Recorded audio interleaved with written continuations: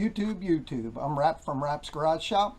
You're going to see this time how I install the inner cam bearing and put the nose cone back together and set everything back up. Although nothing's changed with the cam, I am going to double check the end play. So check out my video and please don't forget to like and subscribe. Helps me out and don't take you but a second. Thanks. Going to take a little brake clean and make sure this is really clean. The other thing is when you're installing this, there's a little piece of aluminum that's kind of cut away right here. That's to let oil drip in and drip down onto the cam.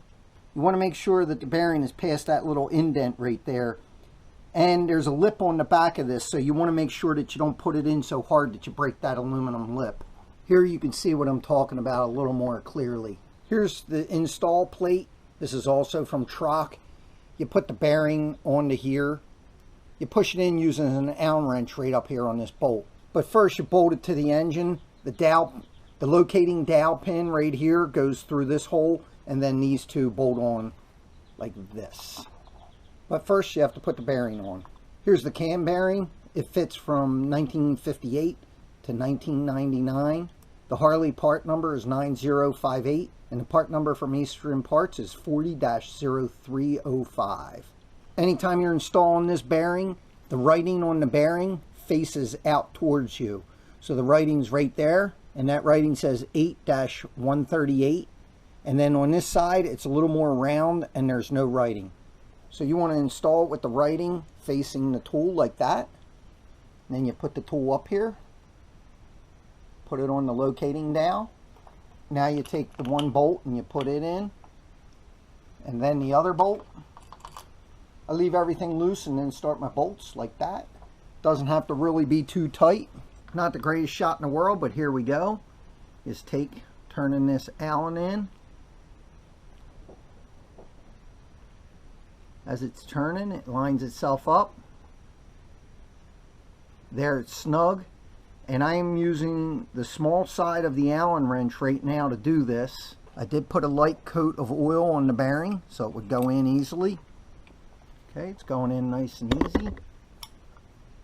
So right there, the tool is bottomed out, but the bearing will not be in far enough.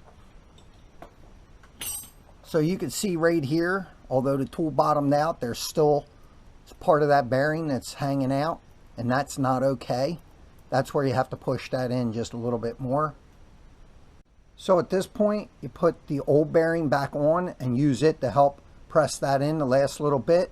And the way you do that is this time you put the numbers towards the numbers. So this time numbers facing out because it's a flat side. And you just put this back on here. Now again, you just bring the tool out. You don't want to go hard on this because it'd be easy to crack that lip.